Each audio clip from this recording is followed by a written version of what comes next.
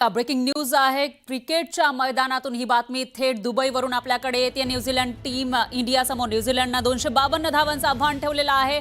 250च्या पुढे किवी गेल्याचं पाहायला मिळते. टीम इंडियाच्या फिरकीचा प्रभावी मारा या ठिकाणी पाहायला मिळालेला आहे. सुरुवातीपासूनच एक स्ट्रिक्ट अशी फील्डिंग करण्याचा प्रयत्न केला होता भारतीय टीमनं. कुलदीप यादवच्या 2 विकेट्स पाहायला मिळाल्या आहेत, तर वरुण चक्रवर्तीनंही 2 विकेट्स या ठिकाणी घेतलेल्या आहेत. न्यूझीलंड वर्सेस इंडिया असा हा सामना दुबईमध्ये सध्या सुरू आहे. पहिल्या इनिंगमध्ये न्यूझीलंडनं बॅटिंग केली. डॅरिल मिचेलनं 63 धावांची खेळी केलेली आहे, तर 252 धावांचं आव्हान न्यूझीलंडच्या टीमनं टीम इंडिया समोर उभं केलेलं आहे. पण आता पुढे जेव्हा दुसऱ्या इनिंगमध्ये टीम इंडिया खेळायला उतरेल त्यावेळेला नेमकं कशा पद्धतीनं टीम इंडिया या आव्हानाला सामोरं जातं, कसा हा खेळ होतो याविषयी उत्सुकता प्रचंड शिगेला पोहोचल्याचं पाहायला मिळतंय. पहिल्या इनिंगमध्ये आपण बघितलं तर न्यूझीलंडनं 252 धावा केल्या आहेत आणि हे आव्हान दिलंय. सुरुवातीपासूनच पहिल्या ओव्हरपासून टीम इंडियाकडून काटकसरीनं एक रन दिला जात होता आणि असं असतानाही 252 धावांचा टप्पा गाठलेला आहे न्यूझीलंडनं. आणि आता इंडिया समोर आव्हान आहे ते म्हणजे 253 धावा करण्याचं. न्यूझीलंडचं टीम इंडिया समोर 252 धावांचं हे आव्हान आहे आणि टीम इंडियाला 253 धावा करायच्या आहेत. टीम इंडियाच्या फिरकीचा प्रभावी मारा पहिल्या इनिंगमध्ये आपल्याला पाहायला मिळाला आहे. तर अगदी पहिल्या ओव्हरपासून कट टू कट असा हा गेम सुरू झाल्याचं दिसून आलंय. दरम्यान यावर बोलण्यासाठी आपल्या स्टुडिओमध्ये अमित मोडक सर आहेत. सर, आपण सुरुवातीलाच म्हणत होतो की 250 पर्यंत सुद्धा जाऊ नये किंवा गेलेच तर तरी सुद्धा एक इझी आव्हान असेल, इझी टार्गेट असेल इंडियासाठी. आत्ताची जी पहिली इनिंग झाली आहे, कसं बघता या सगळ्याकडे? पहिल्या इनिंग नंतर बघायला गेले फरा तर मला असं वाटतं की दोन्ही टीमच्या कॅप्टनना प्रश्न पडला असेल की नेमकं काय होऊ शकलं असतं आणि काय झालं. ज्या पद्धतीने न्यूझीलंडने इनिंग सुरू केली होती, 7-7.5चा रन रेट होता. असं वाटत होतं एक वेळेस की सहजपणे 280-290 रन न्यूझीलंडची टीम करेल. परंतु भारतीय स्पिनर्सनी टीम इंडियाचा कमबॅक केला मॅचमध्ये आणि आपण जर बघितलं तर शेवटी हा रन रेट 4.5-5 आणून थांबवला. त्यामुळे एक वेळ अशी होती की न्यूझीलंड वाटत होतं की 270 प्लस करेल. त्याच्यानंतर भारतीय स्पिनर्सनी कमबॅक केला आणि असं वाटत होतं की 230च्या आत टीम इंडिया न्यूझीलंडला रोखण्यात यशस्वी होईल. परंतु दोन्ही गोष्टी घडल्या नाही. न्यूझीलंड 270-80च्या पुढे जाऊ शकली नाही, परंतु भारतीय टीम सुद्धा त्यांना 250च्या आत रोखू शकली नाही. आणि अशा वेळेस जर 250 एक सायकोलॉजिकल आकडा असतो की जेव्हा आपल्याला अपेक्षा असते 230 पर्यंत थांबू आणि तेव्हा 250 होतात. मला असं वाटतं की 250 हा एक चांगला स्कोर आहे न्यूझीलंड साठी टू डिफेंड. आणि भारतासाठी खूप जास्त आव्हानात्मक नसला तरी हे टार्गेट सोपं आहे असं आता म्हणता येणार नाही. पण कशा पद्धतीनं टीम इंडिया मग याला सामोरं जाऊ शकते? कारण आता त्यांच्याकडे 50 ओव्हर असणार आहेत आणि त्याच्यामध्ये 253 धावा करण्याचं टार्गेट असेल. मला असं वाटतं की जर न्यूझीलंड विरुद्ध भारत जी लीग मॅच मध्ये झाली होती त्याची एक्झॅक्ट रिप्लिका आपल्याला बघायला मिळाली फर्स्ट इनिंग पर्यंत. म्हणजे जर आपण बघितलं तर ज्या पद्धतीने भारताची टॉप ऑर्डर कोलॅप्स झाली होती तशीच टॉप ऑर्डर आज पण न्यूझीलंडची कोलॅप्स झाली. परंतु भारतानं पण कमबॅक केला होता, आता न्यूझीलंडने पण केला. आता 250 रन अंडर लाईट जेव्हा तुम्ही चेस करता आणि ते पण न्यूझीलंडचा सारखी टीम समोर आहे आणि चॅम्पियन्स ट्रॉफीचं फायनल आहे, त्यामुळे मला असं वाटतं की भारताची ओपनिंग किती चांगली मिळते.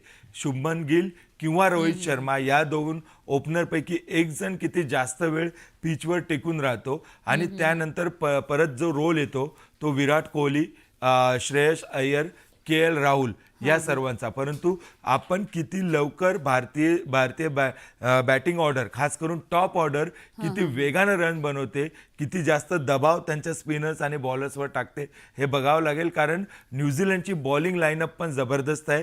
त्यामुळे सुरुवातीला न्यूझीलंड विकेट घेणार की मग भारतीय बॅट्समन किमान 10 ओव्हर्स खेळून काढतील, या गोष्टी मला असं वाटतं की खूप महत्त्वाच्या ठरतील सुरुवातीच्या काळात. कारण प्रेशर कोण बिल्ड करतं यावर पुढचा सर्व खेळ अवलंबून आहे. निश्चितच, म्हणजे रणनीती नेमकी काय असेल टीम इंडियाची ते आपल्याला बघावं लागणार आहे. अमित सर, काही फॅन्स आपल्यासोबत आहेत. आपले प्रतिनिधी लक्ष्मण घाटोळे आपल्यासोबत जोडले गेले आहेत, कारण पहिली इनिंग आता संपली आहे आणि प्रतीक्षा आहे दुसरी इनिंग सुरू होण्याची. इन बिटवीन जे फॅन्स आहेत त्यांच्या सध्या काय भावना आहेत ते आपण जाणून घेऊयात. लक्ष्मण घाटोळे यांच्यासोबत सर्व फॅन आपल्याला दिसत आहेत. खरं तर नाशिकमध्ये आपल्याला या सामन्याचा अंतिम सामन्याचा उत्साह पाहायला मिळतोय. ठिकठिकाणी शहरातल्या वेगवेगळ्या चौकांमध्ये अशा पद्धतीनं भव्य स्क्रीन जे आहे त्या लावण्यात आलेला आहे आणि या स्क्रीनवरती या अंतिम सामन्याचा आनंद जो आहे तो घेतला जातोय. मात्र ज्या पद्धतीनं न्यूझीलंडनी या सामन्यामध्ये जी खेळी केलेली आहे त्यामुळे मात्र काहीशी धाकधूक जी आहे ती या प्रेक्षकांमध्ये वाढल्याचं आपल्याला पाहायला मिळतंय. मात्र भारतीय टीममध्ये फलंदाज जे आहेत ते देखील ताकदीचे आहे असा विश्वास या सगळ्यांना आहे. आपण त्यांच्याशी बोलणार आहोत कारण सुरुवातीच्या 10 ओव्हर यासाठी सगळ्यात महत्त्वाचे असणार आहे. जो आपल्यासमोर टार्गेट ठेवण्यात आलेले भारतासमोर ते किती आव्हानात्मक वाटतंय? आता जे टार्गेट जे दिलेले आहे न्यूझीलंडने आपल्याला ते 252 रनांचं टार्गेट दिलेलं आहे. यामध्ये पहिल्या 10 ओव्हर्समध्ये जे आहे आपले जे कॅप्टन आहेत रोहित शर्मा त्यांच्या हातात सर्व आहे. म्हणजे इथून पुढे जे 10 ओव्हर आहे त्यांनी कमीत कमी 100 रनांपर्यंतची खेळी केली पाहिजे. पहिली विकेट तरी 100 रनांच्या पुढे गेली पाहिजे. त्यामुळे आपल्याला पुढे जाऊन ते टार्गेट चेस करण्यासाठी सोपं जाईल. हीच अपेक्षा आता आपल्या टीम इंडियाकडनं आहे. मला काय वाटतं? नाही, भारत विरुद्ध न्यूझीलंड जो सामना आहे अंतिम फायनल आहे.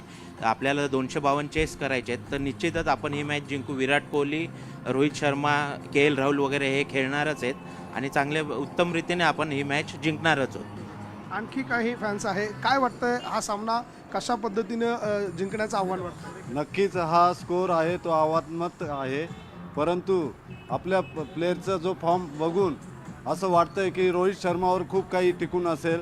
सुरुवातीची फलंदाजीची जोडी जो स्कोर बनवेल आणि त्याच्यानंतर विराट कोहली झाला, श्रेयस अय्यर झाला यांच्यावर पूर्ण अवलंबून राहील आणि नक्कीच अपेक्षा सर्वांनाच आहे की आपण हा सामना जिंकू.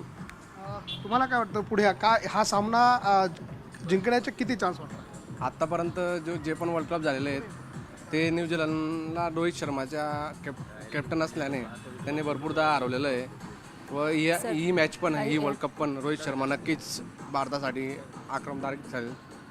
आपण बघतोय हे सगळे फॅन्स आहे आज चौकामध्ये नाशिकच्या अशा पद्धतीनं स्क्रीन लावून मॅचचा आनंद घेतला जातोय. मात्र ह्या सगळ्यांना अपेक्षा आहे 252 रनांचं टार्गेट जरी असलं तरी फलंदाजांची एक चांगली टीम जी आहे ती भारतीय संघामध्ये आहे. कहीं भी एक वो स्लो डाउन नहीं हुआ, बट हाँ मुझे लगता है कि हम 230 के अंदर रैप अप कर सकते थे मैच को. वो एक्स्ट्रा 20 रन्स नहीं मिले होते, बट फिर भी मुझे अपनी बैटिंग लाइनअप पे पूरा ट्रस्ट है और चेज इतना भी इजी नहीं होना चाहिए. 230 would have been very easy, but now that we have to chase 250 it's going to be exciting and we are going to win definitely. Thank you. तर जे टार्गेट दिलेलं आहे ते तेवढं इझी सुद्धा नाहीये असं फॅन्स म्हणतायत. पण तरी सुद्धा एक पॉझिटिव्हिटी आहे की टीम इंडिया जिंकणार. अमित सरांकडे पुन्हा एकदा जाऊयात. सर, आता तुम्ही बोललात की पहिले जे 10 ओव्हर आहेत त्याच्यामध्ये कशा पद्धतीनं टीम इंडियानं खेळलं पाहिजे. तर तुम्हाला काय वाटतं आता ज्या पद्धतीनं दबाव बनलेला आहे 252 250च्या पुढे गेली आहे न्यूझीलंड, अशामध्ये पहिल्या 10 ओव्हरमध्ये टीम इंडियानं कशा पद्धतीची खेळी करून किती रन केले पाहिजे? आपल्याला जर म्हटलं की आपण जर बघितलं किमान 6चा जरी रन रेट टीम इंडिया सुरुवातीला ठेवू शकली तरी मला असं वाटतं की फारशी कठीण गोष्ट नाही. एक लक्षात घ्या की 252 म्हणजे खूप काय मोठं टार्गेट आहे आणि आपण त्याचं प्रेशर घेतलं पाहिजे अशी गोष्ट नाही आहे. परंतु हे फायनल आहे आणि खास करून न्यूझीलंडची आपण फक्त बॉलिंगबद्दल बोलतोय, परंतु त्यांच्या फिल्डिंग हा जो एक पहिलेपासून या पूर्ण टुर्नामेंटमध्ये त्यांचा पॉझिटिव्ह ॲस्पेक्ट राहिलेला आहे की 30-40 रन ते सहज फील्डवर अडवतात. त्यामुळे हे टार्गेट ते अपोजिशनसाठी आणखी कठीण करतात. त्याचसोबत त्यांच्याकडे सँटनरसारखा बॉलर देखील आहे. परंतु एक पूर्ण रणनीती घेऊन टीम इंडिया आली होती. 230च्या आसपास वाटत होतं, परंतु 20 रन जास्त झालेले आहे. त्यामुळे जास्त टेन्शन घेण्यासारखी गोष्ट आहे असं बिलकुल नाही आहे. परंतु आपण ज्याला म्हणतो ना की सुरुवातीला प्रेशर कोण हँडल करतं. जर सुरुवातीलाच रोहित शर्मा आणि शुभमन गिलने अटॅकिंग खेळ केला आणि त्यांच्या बॉलर्सना आपण संधीच दिली नाही गेममध्ये परत येण्याची, तर ते एक प्रकारे वेगळं प्रेशर त्यांच्यावर निर्माण केलं जाऊ शकतं. दुसरी गोष्ट आहे की ही ती पिच आहे जिथे चेस करणं हे थोडं आव्हानात्मक आहे. परंतु भारतीय टीमकडे आपण जर बघितलं बॅटिंग लाईनअप तर डेप्थ खूप आहे. म्हणजे मोहम्मद शमीपर्यंत बॅटिंग लाईनअप आपल्याकडे आहे. अक्षर पटेल आहे, मोहम्मद शमी आहे, रवींद्र जाडेजा आहे, KL राहुल आहे. त्यामुळे डेप्थ आपल्याकडे खूप आहे. परंतु आपण सर्वांनी प्रयत्न असा केला पाहिजे की खालपर्यंत यांना बॅटिंग करायची वेळच येऊ नये. परंतु आणखी आपण जी गोष्ट सकाळपासून बोलत होतो फरा की जोपर्यंत एक हे फायनल रंगणार नाही, फायनलची मजा यायची असेल तर मला असं वाटतं की किमान एवढं टार्गेट आपल्याला पाहिजेच होतं. तेव्हा कुठेतरी भारतीय बॅटिंग लाईनअपवर देखील थोडा प्रेशर राहील आणि प्रेक्षकांना क्रिकेट चाहत्यांना देखील मजा येईल ही मॅच बघायला.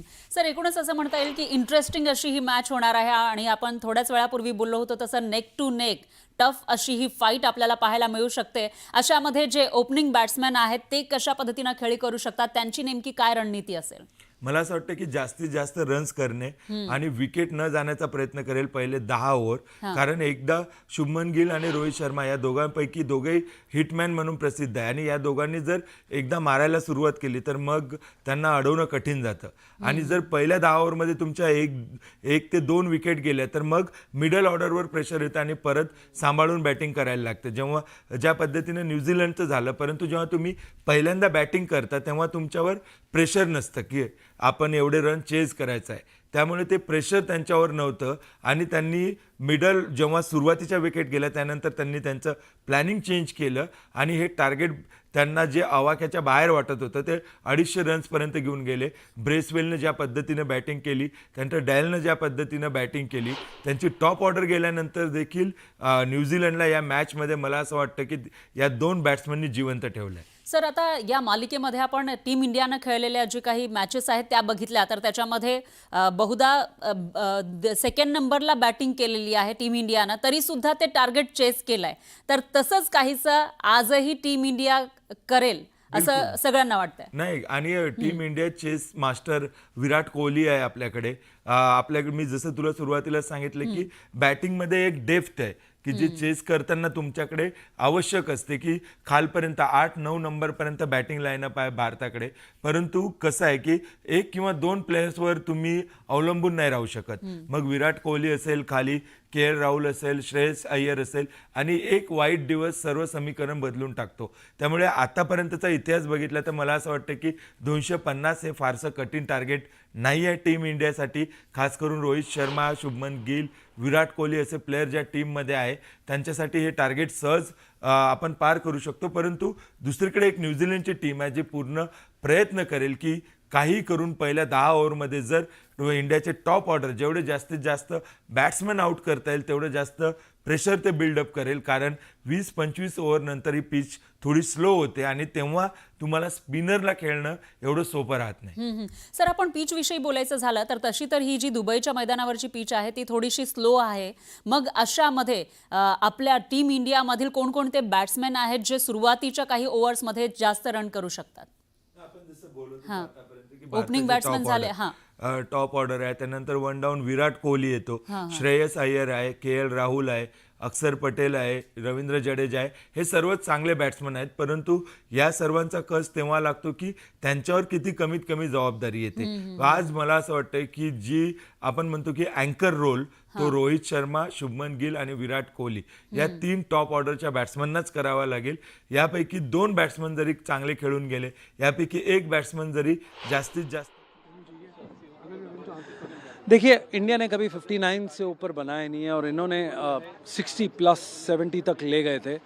इंडिया को आज ओपनर्स जो हैं, जैसे मेरी बात हुई है कि बड़ा मुश्किल से टॉप ऑर्डर सेट हुआ है हमारा. 10 ओवर में अगर इंडिया के 60 रन पे 2 विकेट या 1 विकेट भी रहा तो I think India is in a good hand. But अगर 2 विकेट से ज़्यादा पहले 10 ओवर में होता है वो बड़ा प्रॉब्लम है.